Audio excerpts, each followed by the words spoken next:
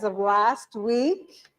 And we wanted to make, everybody's like, well, why'd you put them in? We just want to make it a better experience for you, for our plants, for people that work with us, because come June, it's pretty hot, especially in that center there, and you're just like, whoo, and the plants are like, oh.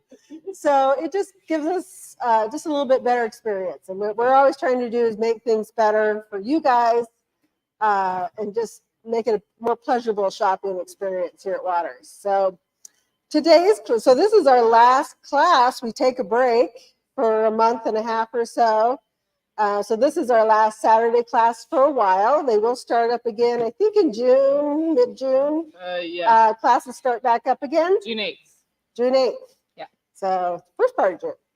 So last one for a while. So you guys are very lucky to be here. This class is new introduction, new plants. Yeah. Essentially. But kind of what Kinsey and I did is we walked around the store and went, ooh, that's pretty. I need to show them this. Ooh, that's pretty. There's some new things so in there's there. some new things, but some of them were things that we just wanted to highlight just because they're great plants. They're beautiful. If you guys have questions along the way, feel free. We're pretty chill. Yeah, chill. We don't go for an hour and a half like Ken. We'll keep it to an hour. No.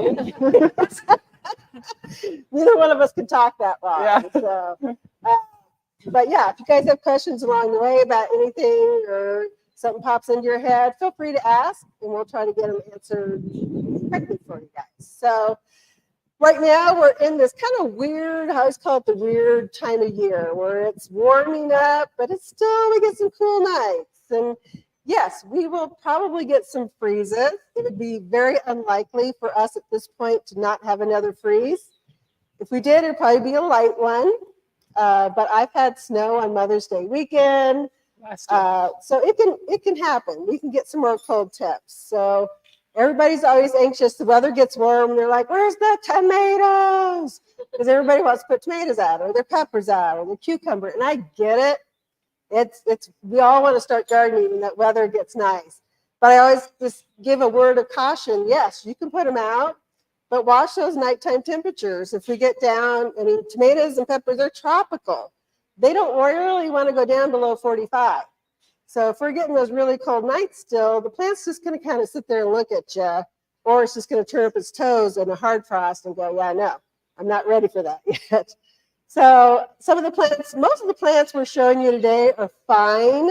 If we get some cool temperatures, not going to hurt them. Some things like your petunias, so the real summer-loving stuff, the cuppias, petunias, we're not quite there yet, but we're getting there within the next week or two, and then you'll be free to plant to your heart's content. So I kind of divided the plants up into two sections. This side is our sun-loving heat section, and then this side is our more shade section.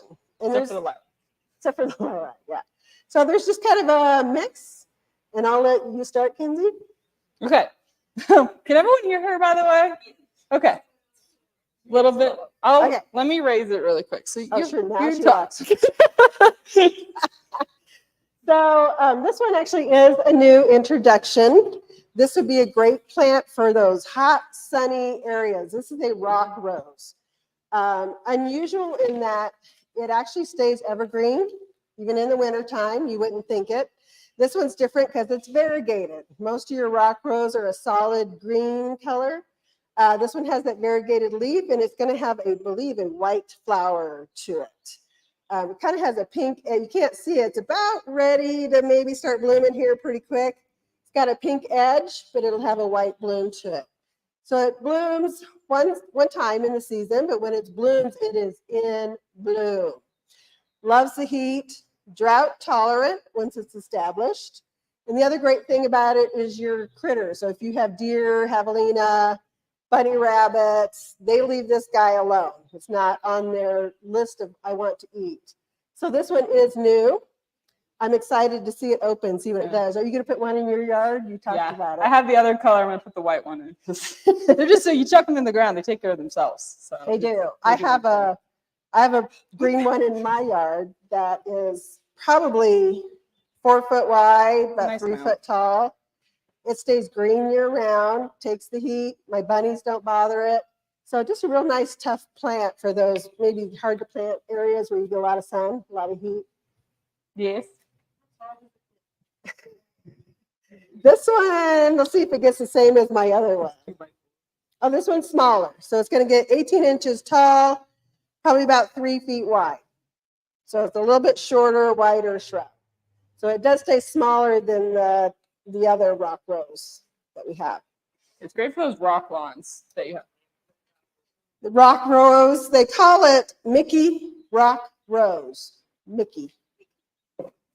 Okay. The companion plant to that, or one of the companion plants, is a barberry. Everyone's used to barberry. I brought up this one because the color. This is the limoncello, golden rocket. Limoncello is the mounded one. It's the golden rocket. So you have the orange rocket. This is the golden one. Gets probably what, 2 by 2, 5 by 3. 5 by 3. They grow pretty fast. They're probably moderate growers once they're established. And again, this is one of those, you water it a lot up front. Once it's in, you could probably just leave it alone, do its own thing. And it's great for behind things. You have the low one. Deer, rabbits, nothing touches it because it does have those barbs on it. So you don't just go. It does have thorns. Yeah, just don't go touching it. But that's what makes it great. It is deciduous. This one does go down to 6 in the wintertime, but it pops right back out in the summertime and just goes. Actually leaves pretty early. Sorry. Oh, yeah. It starts leafing out usually about March. So there's not too long a period of time where it doesn't have any leaves on it. This is nice. And then it does get little white flowers on it. You don't really notice them, but you do. They're flowering. So they'll give you something. So that's why I brought this one in particular against all the other barberries. I got tons of them.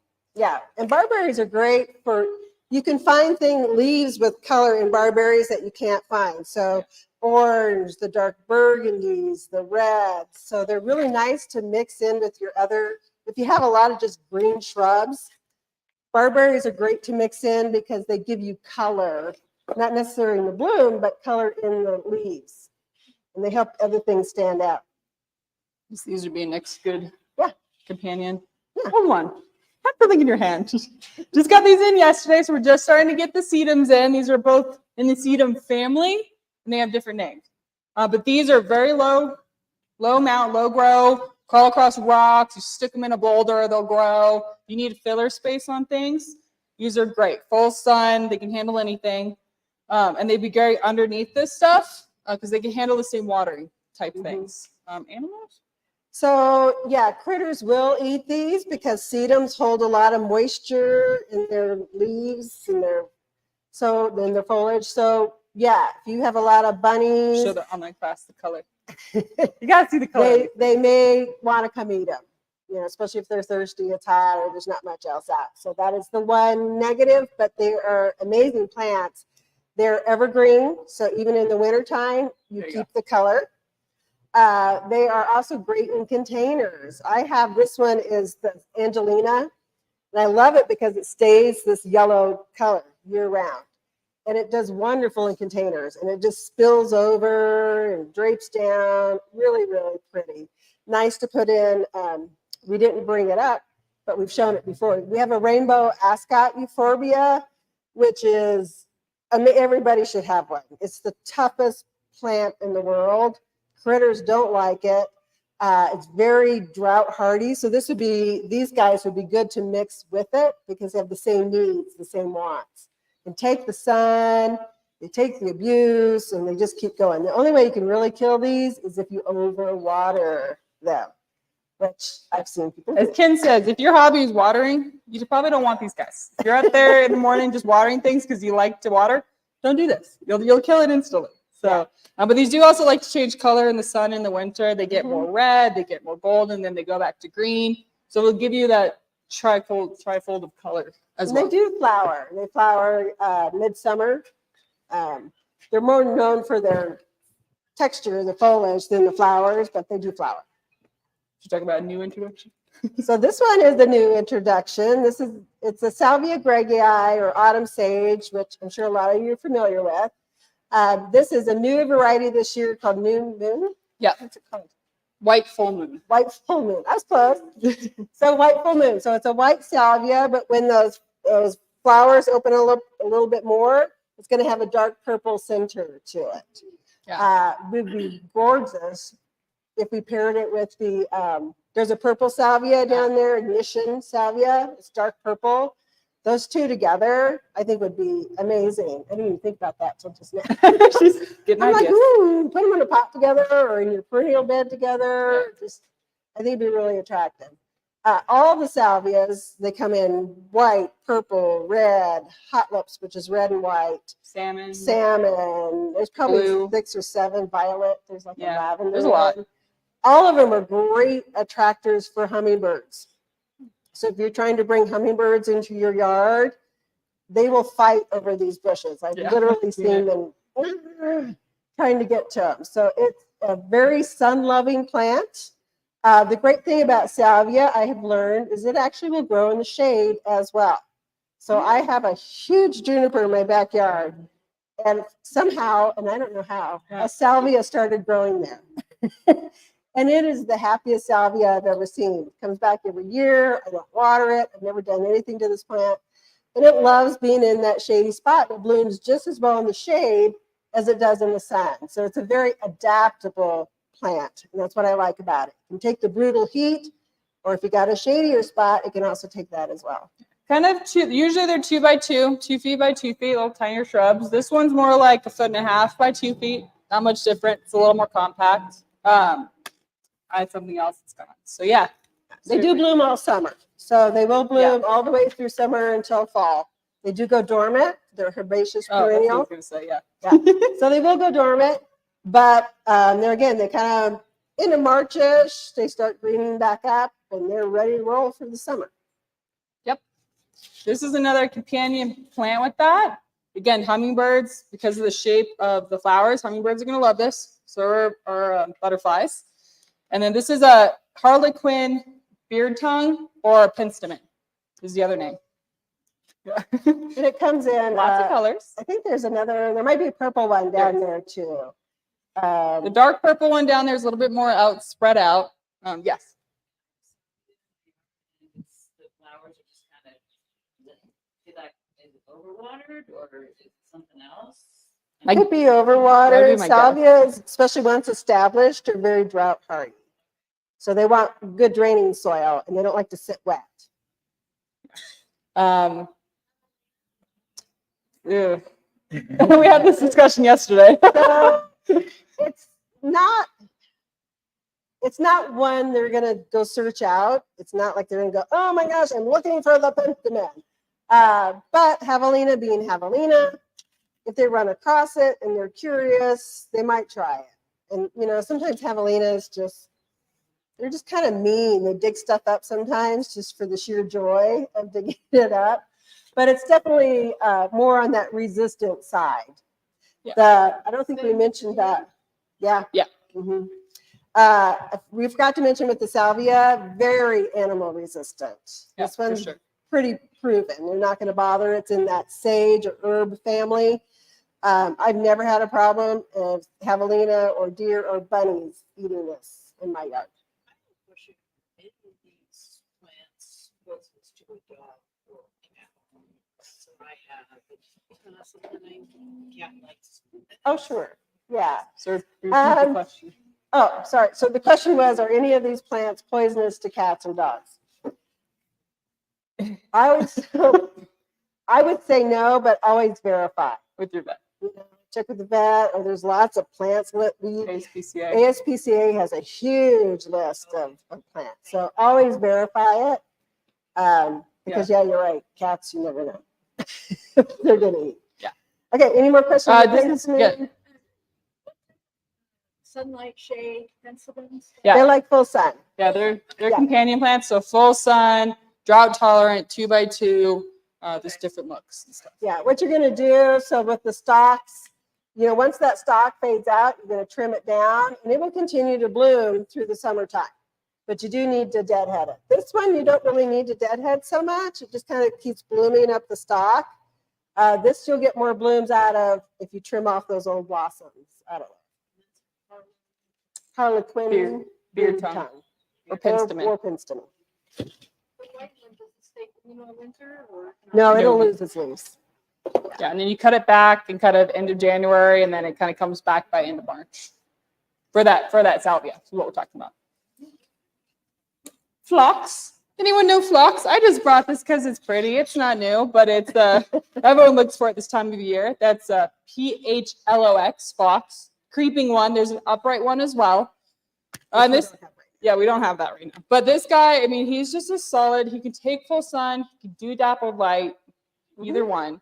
Animal resistant. I think it is. Yeah, animal resistant. Not going to want to touch it. They might bed down when it's big enough in it, but that's just deer. So it's great for rock gardens, Yeah. Ground covers, that kind of thing. It's a great little plant. Yeah, it's 6 inches tall, so it just likes to crawl and just stay a little mound. It's not going to get very big. I also have a bright pink one as well, so it comes in lots of colors. But I just because it's pretty. Why not? It's summer. Come on, beginning of summer. It's a great spring bloomer. So it blooms in the spring. Then it's just green the rest of the year, but it has a real finey textured foliage to it.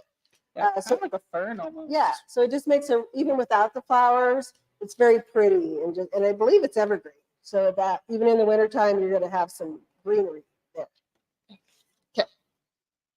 Oh, just mention this. This isn't new, but it's fun. Oh, go ahead. Your turn. Like, do tell. Okay. So Rose of Sharon, otherwise known as hibiscus. Yeah. So in our part of the country up here in the mountains, these guys are winter hardy. They're going to go dormant in the winter, but they come back every year. There is a hibiscus that has that great big bloom to it, usually really bright colored, a pretty annual, but it is not going to take the winter. You put it outside in the winter, it's going to be done. This one's variety. Chateau de Versailles. Oh, that. I'm not going to spell that. So Chateau de Versailles. You can look at the tag afterwards, and it's a purple one. So it's a purple one. Rose of Sharon are great. Again, they come in a lot of colors. You see white ones with red centers. You see purple. You see lavender. You see pink. They make some double ones that are really, really pretty. So Rose of Sharon is going to bloom midsummer, and it blooms for a really long time. You probably get almost 2 months worth of blooms off of it. They do get tall. Most of them will probably get in that 4 to 6 foot range. There's some that even go 6 to 8 foot range. So you can always keep them pruned back. They like full sun. I'm not sure about the deer. I don't think it's on their list of I want to eat this. But as with anything, you never know what a deer is going to eat or not eat. But great shrub for the yard, great blooming summer shrub, give you that summer color. Really pretty resistant to most insects, bugs, things like that. So it just kind of takes care of itself, which is nice. It is one of the latest ones to bloom, leaf out and stuff. It's leafed out now. It usually doesn't even leaf out till like beginning mid-May. So most people yank it out of the yard because they think it's dead. So just know it will be sticks for a while because it's a summer plant. Like the heat. Yeah, it needs that heat to get going on it. You can definitely put this in a hot spot and it'll be fine with that. So these are crepe myrtles, which you can see they're just starting to leaf out, right? Not a whole lot of foliage on there yet. They're another one that really likes it hot consistently before they leaf. But they are excellent for those just really hot spots in your yard that you have trouble maybe putting other things into. They bloom about midsummer to almost fall is bloom. And their blooms on crepe myrtles are just striking. It's very dramatic. You see them from a mile away. You're like, what is that? So very big blooms, very striking blooms. These particular ones. So this one's a red one. You don't see red. It's hard to get red. Red is very popular, but it's hard to find for some reason. So I brought it up just because red's very pretty. You don't see red in sun plants very much because it tends to burn out easily, I find. So this is why red's, for these guys, is popular. So this one's Lunar Magic, so it's a white one. Oh. The really cool thing about this is the foliage on it will be dark, like a burgundy color. And then it has that white bloom. So it's a really nice contrast. It just really, you're like, what's that? Because it gives you the real pretty contrast on there. So I think right now we have 3 different varieties of crepe myrtles. We will probably have about maybe 10 when we really get rolling. Yeah. They come in purples and reds and pinks and lavenders and white. I love the way they bloom in the heat of the summer when you're just feeling tired. And you're like, oh, is it ever going to cool down? But these guys love it. And that's when they start blooming. We always sell the shrub variety. If you're from other parts of the country, you've probably seen the big trees, right? They're gorgeous. Gorgeous, but they don't do that well here because we do get cold. We get pretty cold winters. So these guys, crepe myrtles, they go dormant and they go back. They're like, I'm just going to wait till it warms up. But if you have a big tree one, our season isn't long enough for it to get all the way grown back out and bloom. We just have too short a season. Yeah. If you're in Texas or California, Sure. Why not? yes. Crepe myrtle. Look at these. How tall? Yeah, they can range. They'll range, I would say on average 4 feet, but there's some that get up to 6 feet, and they probably get 4 to 5 foot wide. So they make a nice statement out in the yard. These ones in particular are like 6x6. They're the bigger guys and stuff. But there's lots of ranges. Okay, we just got these guys in. They're Grace and Grit bicolor rose and Grace and Grit red. We just brought them because they're coming off the farm, fresh off the farm. They're all full blooming, and they will just continue to bloom through the season. These guys are kind of a 5x4, so a bit bigger rose, but these are great because they bloom all over. They don't just bloom kind of at the ends of things. They give you a nice rounded bloom. If that makes sense. So that's why we got these in, and they'll just continue to go. We'll talk about a product that will keep them just looking and blooming better here in a sec. But yeah, we have our huge rose truck coming hopefully next week. That's like 500 roses coming off a truck. It's a whole event. Don't have a date for it yet, but usually in the next 2 weeks we will get that. So if you're looking for something in particular, come then. But these guys are blooming now and they're beautiful and they're just overall around. Yeah, so these are considered a shrub rose. So most of your shrub roses get 4x4. Excellent in containers. The thing with these guys too is they're also very disease resistant. So you're not going to get a lot of the powdery mildew and the black spot with these guys.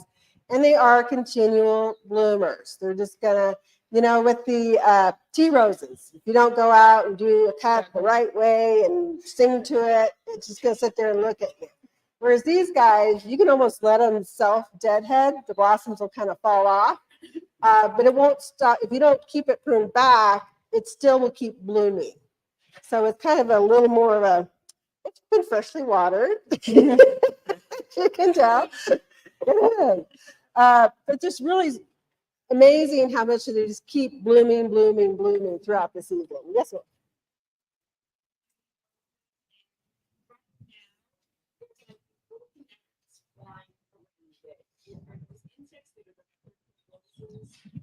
Repeat the question. So she has a climbing rose, and right now there's little gnats flying all around it. So if you've been out in your yard at all recently, the insects have decided it's warm, and they're coming out in full force. So without seeing them, I'm not sure. Right now, aphids are starting to come out, and aphids and roses just seem to go together. They love each other. There's a little tiny insect called a thrip, which loves to get into the blossoms of roses particularly, and it gets in while it's in bud. So when the bud tries to open, the thrip has sucked the life out of it, so it just looks real weird, or it'll have a black edge to it. So there are, some insects that are definitely starting to wake up, but without seeing it, I couldn't tell you 100%. Oh, good. Maybe they just woke up and not every bug is a bad bug, that's for sure. But if they're attacking my roses, they're a bad bug. But we have some great products we'll talk about in a few minutes that you can use that kind of keep those insects under control, definitely. This one is an iceberg rose, which is another rose that just blooms its little heart out. And you don't necessarily have to deadhead it. The blossoms will just fade and drop on their own. And it just keeps doing these white blooms all season long. I think there's some down around the courthouse in some of those beds. And they literally just bloom all season. It's another great one for resistance to disease. So nice to put in the yard. This one they have it trained up on the poles, the Bamboo poles. bamboo poles. They also make shrub ones. So they've trained these specifically to be trained on the bamboo poles, but they also do shrubs. And it also comes in pink Yellow. and purple. Oh, for this one, yeah. Yeah. Pink and purple. Pink and purple as well. So it's an iceberg rose. And the one thing about the roses is deer might come and take off your blooms on your roses. Especially not necessarily maybe the small guys, but the big guys, they're gonna chop them off because it's food. So if you do have a lot of deer coming through and you want rosebuds and see them, you might not put it where the deer can get to it. The javelina, rabbits and stuff don't tend to touch that. It's just kind of the deer for roses. They definitely will eat your blossoms. Yeah, they love them. But like Kenzie said, we're getting our huge truckload of roses at the end of this month. We'll have tea roses, grandifloras, floribundas, rose trees, everything like 600 roses. It's a lot of roses. Yes, ma'am. Justin, obviously the white rose in front, can it spread? If I'm working with the trunk. Yeah. it would, it's not going to go. She's got a trellis. She's asking if it sorry. will spread. It will, but it's not going to go like 12 feet, 4 feet, 5 feet. But that's going to be about it. You got to train it. You got to make it go. Yeah. We want to do some shade stuff, or you want to finish this? Oh, I want to hit the lavender. Okay, fine. So lavender is one of those. There's many different kinds of lavenders. There's English lavenders, French lavenders. These are both Spanish lavenders. So the bloom is different on them. Fragrance is the same. Just fragrance in the foliage, fragrance in the blooms. This one is Princess. Yeah, this is the Princess. They do great in pots as well. Lavenders want a hot, sunny spot that drains really well. They do not like to sit wet.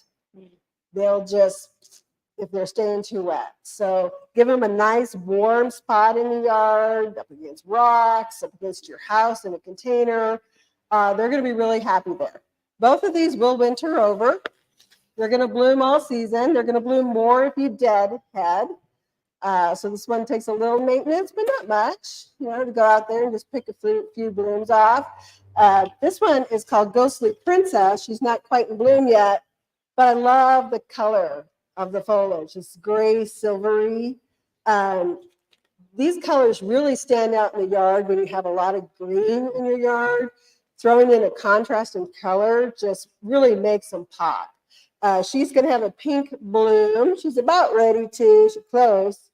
But nice all summer, heat loving, animal resistant.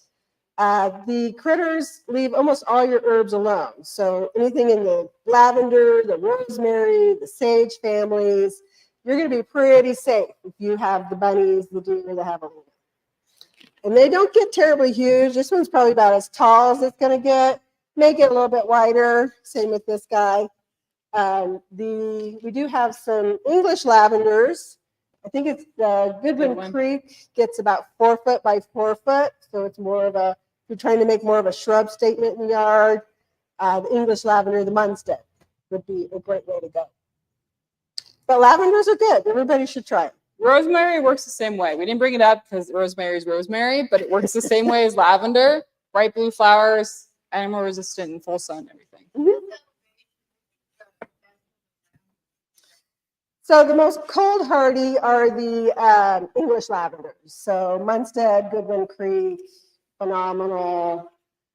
Those are going to be hardier. But these guys, even if you have them in a pot, if they're near your house in the wintertime, or they're getting radiant heat from rocks or gravel, they'll do fine. Mm-hmm. We'll talk about the last sun stuff since this is the last two that we're going to talk about for sun, full sun. These are grasses. This is the Overdam standing ovation, little blue stem. I'll talk about why I love him in a second. And then this is the variegated. This one's the Overdam. She does better at grasses. My grasses, that's where I struggle a little bit. But this is the feather reed. Yeah. I mean, I love, most people kinda underutilize ornamental grasses. Yeah. They are fantastic to use in the yard because they're very low maintenance. Once they're established, they're very low water. So super easy to put in. I like it again because it's a contrast. So much of it, we have green junipers in our yards and that's all we have. And So pines. this is a great contrasting plant to put out there in your yard. A lot of your grasses do great in containers as well. I probably have a ridiculous number of containers that have grasses in them, but I like it because I don't have to fuss with it. They're just so easy to grow. Of course, we also get the big pampas grass. We get the feather reed grass, the blue ovations. Yeah. So don't be afraid to put grasses out in your yard. I think they're way underutilized in our area, and they can really add a lot of dynamic motion to your yard. That's a good word. Oh, Dynamic thank you. motion. Fantastic. I like this one in particular because this guy, when he gets older, you can kind of see now he's got two-tone color in him. So he's kind of got this kind of grayish, not grayish, brownish purple, and then the green. And as he gets older, you just see that two-tone a lot better. So it's just really pretty to see. And then they do all get flower heads on them. This one isn't super showy on the flower head because the color itself is important. And then this guy just brought in because it's variegated. Mostly you see, one-tone blue, green grasses and orange. This one just kind of get the two-tone. So again, if you want some dynamic, that's why these ones are great. These guys probably these ones are a little bit bigger with 3x3. About 3x3. Yeah, you get 3x3. You got Elijah blues, which are like 1x2, 1x1. So you can put in a lot. I always forget about grasses because you shouldn't. I know, apparently. Okay, so we'll hit a few shade things. I'm going to show these first. Yeah. Yes, you're going to cut, most of your grasses you're going to cut down kind of end of January, beginning of February. You can do a harsh cut. I mean, you can cut them almost to the ground and they'll come back great. Because they don't come back from new growth. They just come back from old growth. They don't come back from old growth. They come back from new growth. So just whack it. Very true. That's how our pampas grass out front, if you guys see it, it's been, it's like 20 years old or something like that. It's old. Like we whack it down every year and it still looks great. Yeah, don't be afraid to cut your grasses back. So we're going to move into some of the shade stuff, and I just think you can hold that one. It's heavy. So these are lupin. So this is a spring blooming plant. It's beautiful. It likes the shade. So it's going to need, it could take some early morning sun, some late afternoon. It'd be a great underplanting. Put it under some of your bigger trees, or if you have a covered patio area. Excellent to put in. And there's nothing like this that blooms that's just so pretty. But it is a spring bloomer. So great to maybe mix in those perennial beds. So it's maybe not one you want to, if you put it in a pot, you enjoy it while it's blooming, but it will go out of bloom, and then maybe you move it into a perennial area. But it's just, when it blooms, wow. And it comes in a couple of colors. I think we have one more color down there, don't we? Yeah. So like 3 different colors. So check them out. Yeah. They like stair step bloom, as you're seeing on that one. So they'll start blooming up the stalks. So they can go a little bit longer. Yeah, they do bloom a long time. Yeah. And not a continual. I think they're animal. Oh, just kidding. Baby animals. They're kind of a wildflower. Most of your wildflowers tend to be animal resistant, but a lot of it depends on just how much pressure you have in your yard from animals, quite honestly. Cleopatra. Go ahead. Okay. Brothers, this is a canna lily. This is the Cleopatra one. It's new this year because mostly you see them in either dark purple foliage or green with the yellow or the orange blooms. This one he brought in because it's variegated. You get the stripes. They're just really beautiful. And as it gets bigger, again, it's just a showcase.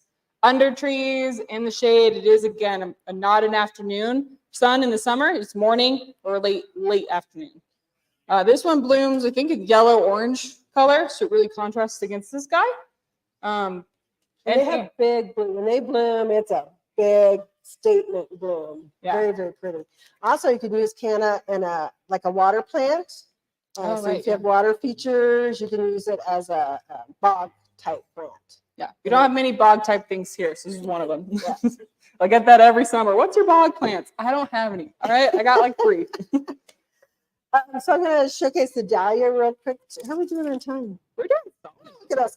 It's fine. We talk fast. So these are dahlias. Dahlias are actually like a tuber. We consider them annuals because they may or may not winter over. Some people are used to like digging the tubers for the winter and they store them and they replant them in the summer. I had these in my yard that I'm too lazy to do that, so I just let them go. They came back for a lot of years, and just they were kind of in a nice little bit protected from the winter cold spot. But dahlias will bloom all summer long. Dahlias do better if they get a little bit of protection from that really hot June heat that we get. They will suffer a little bit from that. But if they're mixed in like a perennial bed or in a container where there's other flowers around it, kind of shading it, cooling it, they'll do really well. I just wouldn't put it out on a concrete patio in a black pot and say, put it in, because it's not going to be happy. Dahlias will bloom. You got to keep them trimmed back, deadhead them, keep them setting their buds. They come in a variety of colors, pinks, purples. They'll do variegated. Thank you.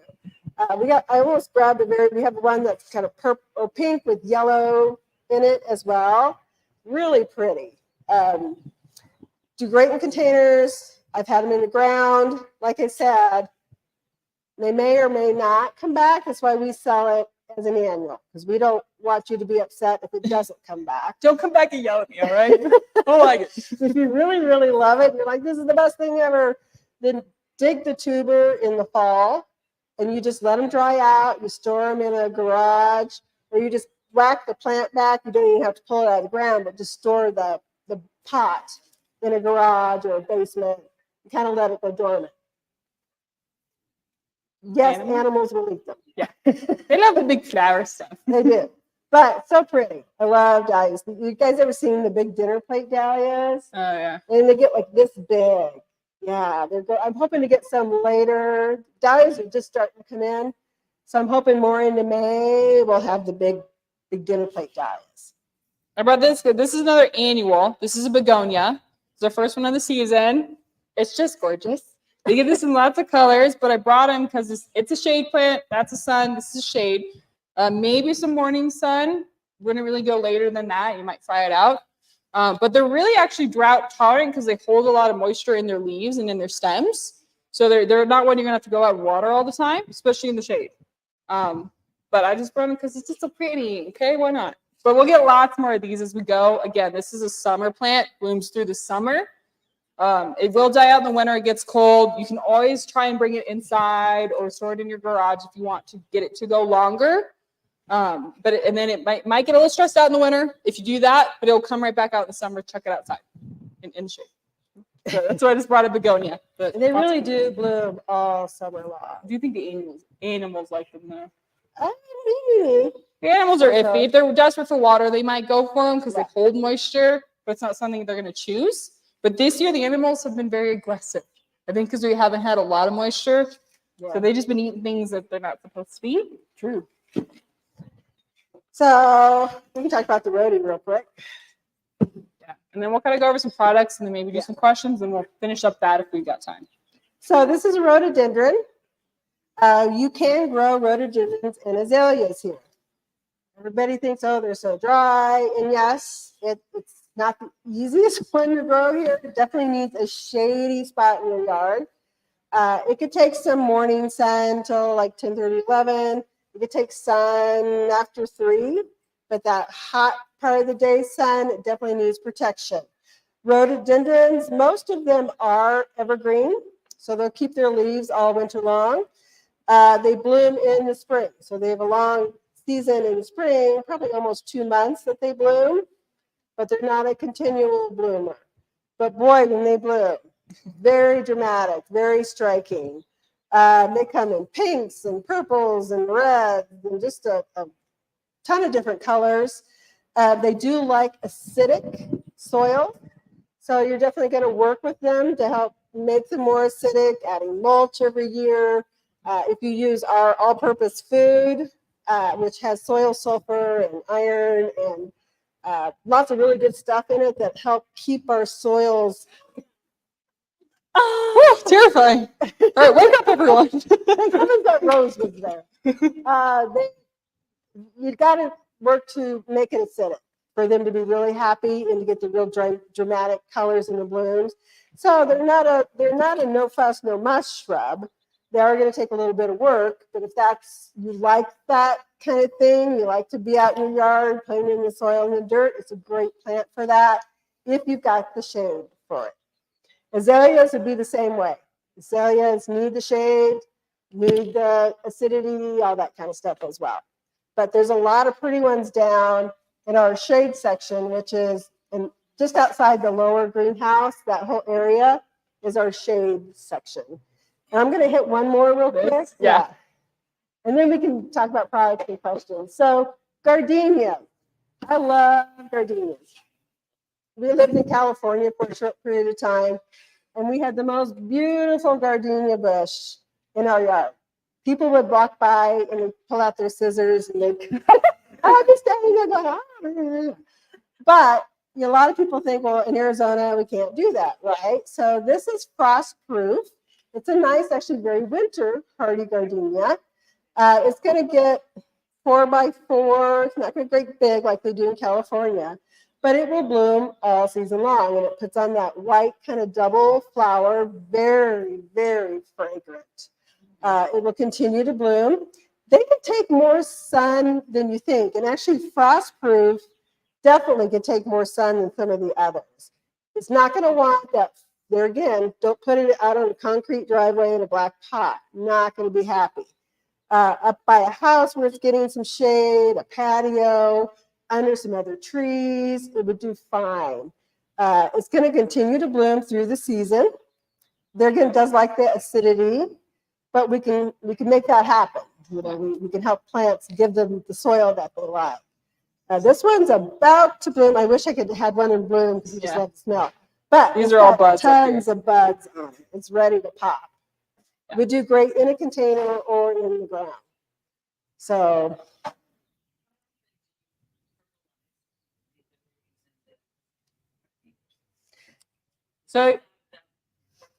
it's going to be that 3 to 4 times a year thing. So most of you probably know, our ground here just has nothing in it. You got to constantly help your plants. You can't just leave them to Arizona because they won't last as long if you just take care of them a little bit. So we have our 744 all purpose. I don't have it up here, but you fertilize everything with it. It's shades, sun, herbs, whatever you want, you fertilize with that 744 3 or 4 times a year. We go by holidays. So I think the next one coming up is 4th of July. Then you do Halloween, New Year's, and Easter. Those are what we prefer. Now, if you're going to skip some of those, at least do a spring one before things wake up and a fall one before things kind of go dormant so they can take that up when they wake up. So those are kind of important. Ours is a granular. It's a very low number, so you're not going to burn with it. It's not a synthetic. It's an all natural. You chuck it out there. You can be specific if you want. As I said, we're lazy. I just chuck it and I go. All right, I don't want to spend time measuring and get it out there. It does have measurements on there on the bag, and you water it in. The one thing I'll say is dogs and animals will like it. That's why you want to water it in. Don't leave the bag out where anything can get to it. Put it in your garage, put it away, and then water it in. It's not going to kill them. It might make them sick. We had a lab who ate a bag of it, and he threw up. He was fine, but labs eat anything, they're okay. But just saying, you just put it away. It's common sense. It was a lovely Christmas party. Yeah, he had a piece. You ever seen a lab? It was horrible. But yeah, no, it's really great stuff. But it has the guano and the bone meal, so dogs and cats are going to be attracted to it. So I always just say, put it up when you're done. Yeah, usually, if I spread it out, I'll water it in to kind of help break it down, get rid of some of the odor that they're attracted to. You can also turn it in if you want to.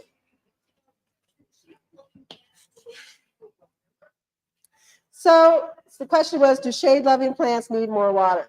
What I find is they actually end up using less water because they're in the shade. So that water is not evaporating out of there as quickly. So sometimes it's very easy to overwater your shade plants because you think, oh my gosh, I need to get water on them. It's hot. Well, that ground is staying cooler and it's also staying more moist. So yeah, I've killed a few shade plants by overwatering. Yeah, your drips I didn't should think it was definitely possible. be on, and your new plants that are being planted now, you're probably watering twice a week or so on those guys and through the summer. Trees are probably once a week, but it's time to start watering things a little bit more. Definitely get your irrigation systems back on. What I would say when you run your irrigation system, if you don't have somebody checking it, check your irrigation because over the winter things freeze, they pop off. Animals will come chew your lines. Pack rats. Lots of things happen to your drip system in the winter. So turn it back on, do an inspection, make sure it's working. I can't tell you how many times people lose something because the drip was clogged or it wasn't there. And, you know, we need water here. We definitely need water, but they don't realize that and they lose their tree or they lose their shrub. And these guys are an investment. I mean, you're spending good money to get these guys in the ground and take care of them. So definitely check your drip lines and start your watering. Yes. The little things. All right, some products, and then we can do some more questions. I think we're right on time. Look at us.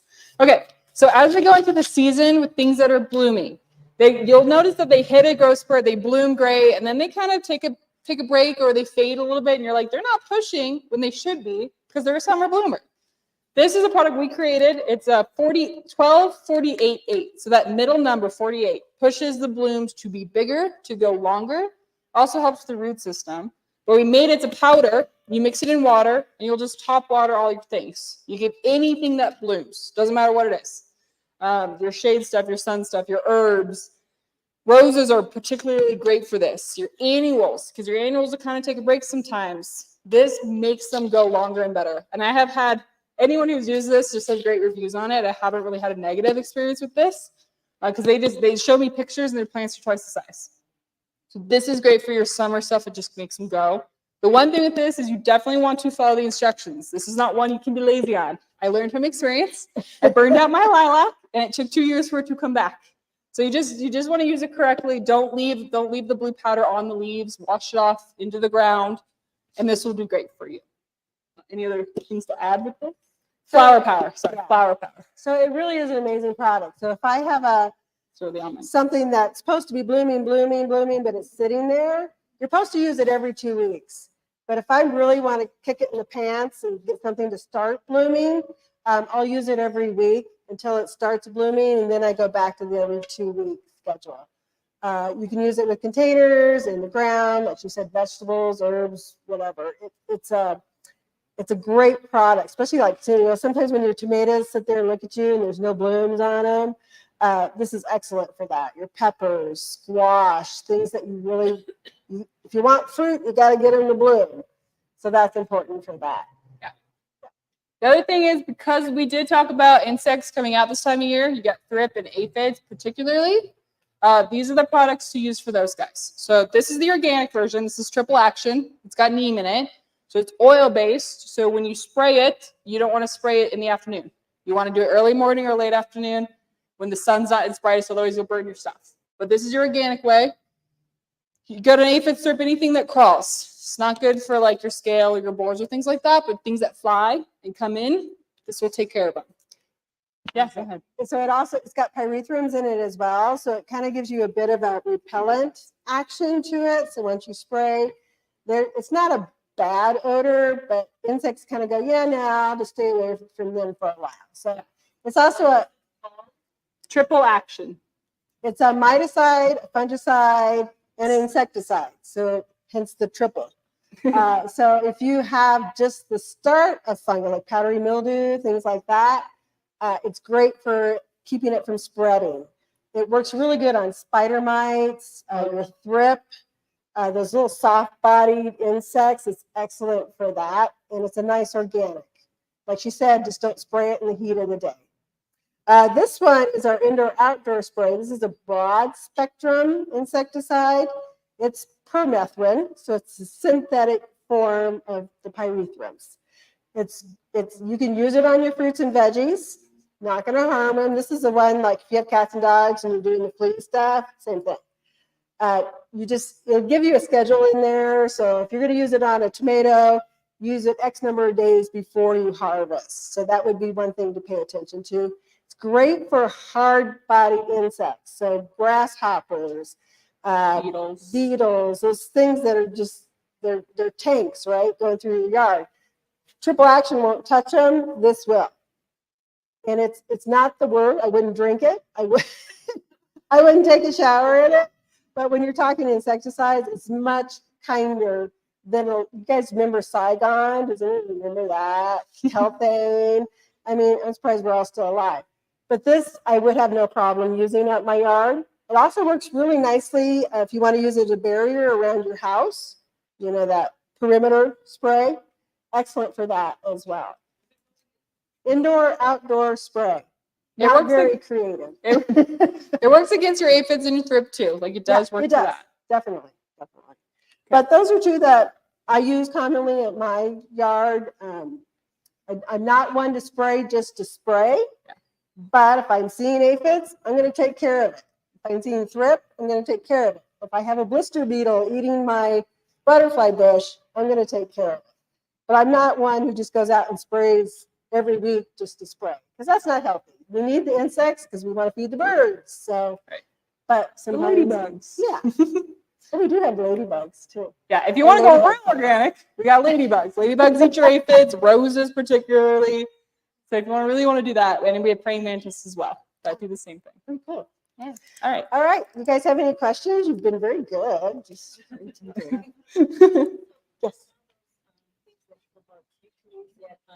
Any bush or anything? Mm-hmm. She said I can use it on any bush, these insecticides, and yes, you can. Yes. And you suggest just using it when you see them. Yeah. So her question is, just use it when you see it. Yes. I'm not huge on spraying just to spray. I just don't think that's a good idea in our environments. But if you have an aphid infestation on your roses, take care of it. Yeah. I guess I should mention with this while we're on it. So for bees, if you got a lot of bees or things on your flowers, if you spray early morning or if you spray that late afternoon when the bees kind of go to sleep, you'll be fine to use this. It will take them out if it hits them. So just be conscious of when you use it. Don't just go spraying in midday when they're all alive and they're active. So I think I'll say it this, because we want the bees, we love the bees. We're not going to hurt the bees.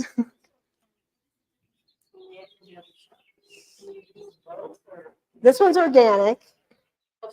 This one's not. Right. Yeah. Right.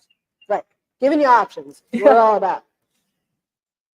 All right. Anything else? Question. This one, yeah. So Yeah, we didn't talk about it. I brought it up because I thought it was pretty. This is a geum. It's going to want a shady spot in the yard. I like how it sends the flowers up, so you can actually see the flowers because they're on the stems high up above the foliage. This one is animal resistant. It's got a kind of a leathery leaf to it, kind of a fuzzy leaf, and the critters don't like that. It'll bloom all season long. Again, you just got to deadhead it. We'll send more up. It also comes in an orange color. The orange is the one that's been around forever. This is more of the pink one. They call it Tempo Rose is the name on that. So just a real pretty little shade plant for you. Okay? Cool. Thank you, guys. Appreciate it. End this live. Mm-hmm.